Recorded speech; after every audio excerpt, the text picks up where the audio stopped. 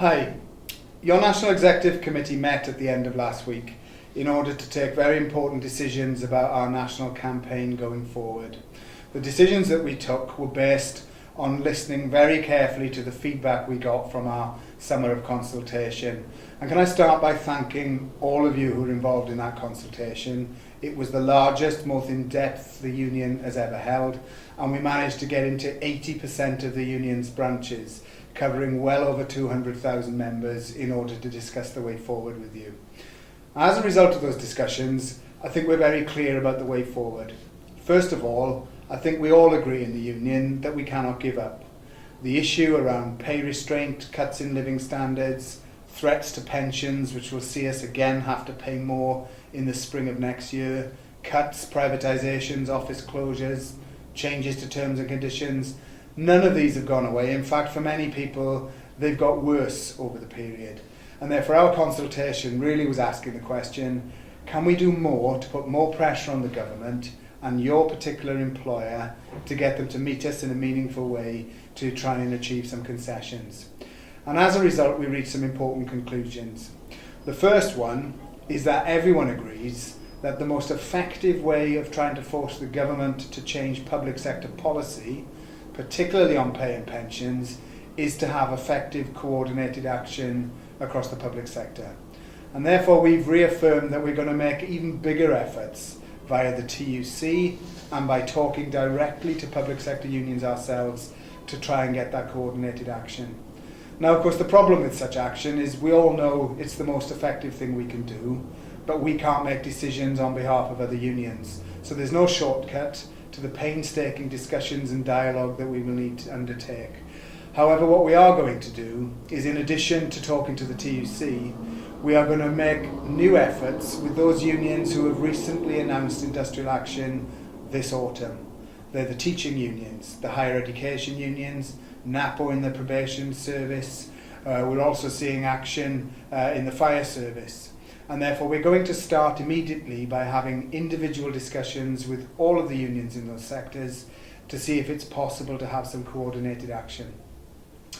But if that's all we decided, then clearly we'd be making the mistake of putting all our eggs in one basket.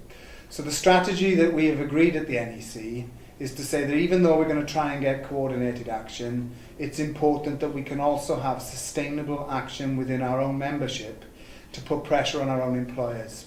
And the conclusion we reached there was that isolated one-day strikes in and of themselves are not enough. We've already had 3 days of action across most parts of the union this year, and we've not managed to get the negotiations that we need. And therefore we're now going to explore in great depth, looking at the feedback you gave us about having targeted, more sustained action in different groups in the union and in different branches. And that is going to mean, by definition, it will be longer term action than just one-day strikes. And therefore, in order to fund this, the executive has agreed that we are going to launch a voluntary national levy across the whole of the union with a view to raising a war chest to allow us to fund targeted strike action, designed to hit the employer where it hurts and designed to supplement any further national action that we plan to call. And therefore, over the next few weeks, the Disputes Committee, working on behalf of the NEC, will be back in discussion with those branches who've indicated that they could take targeted action, talking to groups directly about the issues in groups that we can build pressure. For example, demanding more staff, against closures, against privatisation, as we've seen in the last few days with our magnificent strike to stop shared services in parts of the civil service. So that's the next phase, building for coordinated action, but also exploring the possibility of targeted action by raising a voluntary levy. And in order to supplement that, finally the executives agreed that we need to up our game in terms of our political campaigning. We've done some fantastic political campaigning on a national level, but now we want to dig down further. We want to start taking targeted political campaign action against individual MPs, be they in the coalition government, be they in marginal seats, in a way that those constituency MPs feel real pressure from our members linked to our national demands. By doing that, targeted political campaigning, targeted strike action funded by a levy, national action or coordinated action with other unions will clearly put more pressure, not just on the government, but importantly on your employer, in order to try and get demands on group issues as well as on national issues. That's a big task ahead of us, but we're very confident that the message we got from members and reps over the summer is we've got to do all we can, means we can deliver this action.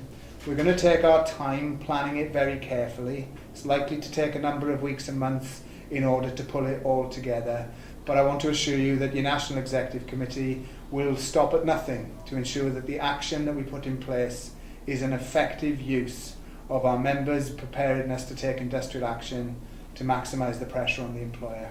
Do get involved in any further consultations that we undertake, but most importantly, keep the message going to your members locally that there is so much at stake, we have to continue to fight on, and that fight is now going to take a more effective, targeted approach to force the government to get into talks.